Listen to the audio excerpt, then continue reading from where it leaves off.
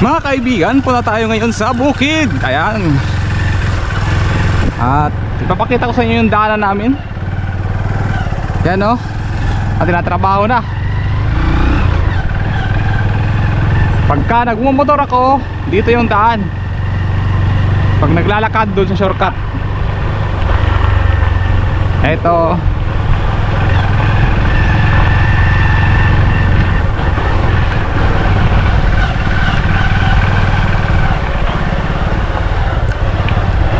Hindi muna ako ngayon magtatabas, mga kaibigan. Bukas na lang ulit. Pahinga ngayong hapon. Kasi kaninang umaga pagod. Kaya woo! May traffic. Shout out. Ito, ginagawa na yung kalsada namin dito. So one way pa lang. Ayan o, ayos na to. At least nag-i-improve, diba? Ayan, papunta doon. Papunta yan ng sityo punta namin. Dito naman yung papunta sa bukid ko. Kaya dito ako dadaan. Ayan mga kaibigan, sensyano yan yung aking daan dito. At talagang rough road.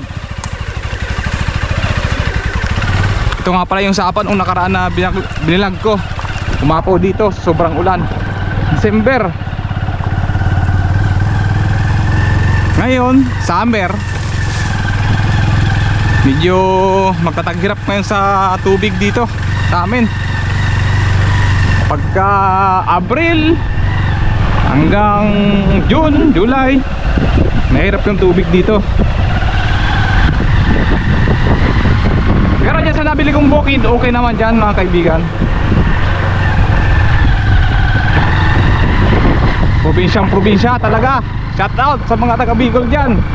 Shout out sa mga taga Barangay Pinitan. Ayan, si mga tropang Bigilito dyan.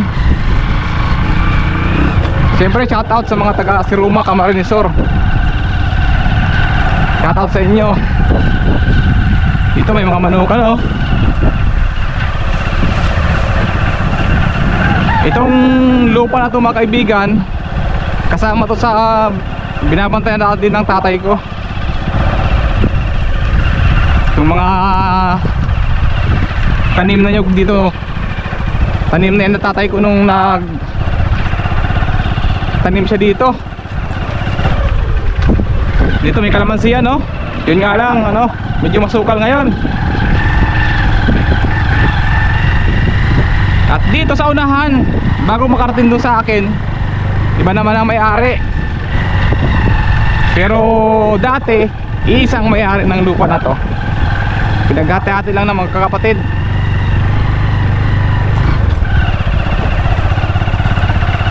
Ayan, dito na. Dito, kung nakita yung bakod dyan, yan, malinis. Pagpasok natin dito mga kaibigan, yan, pagpasok ko dito, iba na ang may-ari nito. Yung pinakaamo ng tatay ko dati. At meron tayong madadaanan niyang kubo. Diyan yung bahay namin dati.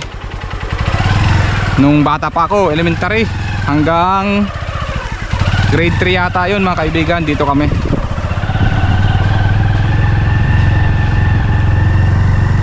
Dito, yan. Diyan din dati ang bahay namin mga kaibigan. Pero ngayon, yan, tagabantay lang dito nakatira dyan. Iba na yung bahay na yan, ginawa na nila. Pero dyan dati yung bahay namin. Malit pa ako noon mga kaibigan, grade 3. Yan yung kuprahan dati namin. Hanggang ngayon kuprahan pa rin. Tapos abante tayo mga kaibigan para makarating. Dikit-dikit lang, di ba? Kasi nga ay isang may-ari niyan dati, magkakapatid. Yung nasa unahan yung plano kong bilhin dati, kaso hindi pa pinagbebenta. Tapos ayan, dito naman na yung simula yung akin. Yan o, tumba yun yung gate ko. Dito nagsimula na yung akin naman mga kaibigan. Hanggang doon sa taas, sa kabila, sa kugunan. Hanggang doon yung nabili ko nung nagtrabaho ako sa Korea.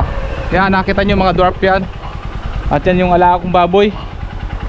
Ngayon medyo magulo pa yung lugar. Ayusin ko yan pag nanganak. So, yung mga alaga ko pala ang mga manok.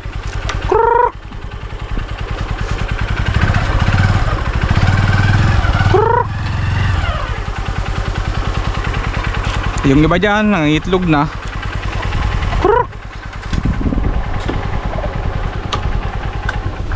Joke lang, hindi pa kayo kakain. At yun, hanggang dito muna mga kaibigan. At yun nga pala sinuna. Doon sa bandang taas doon ako naglilinis mga kaibigan. Nga, at yun naman sinuna oh. Nga.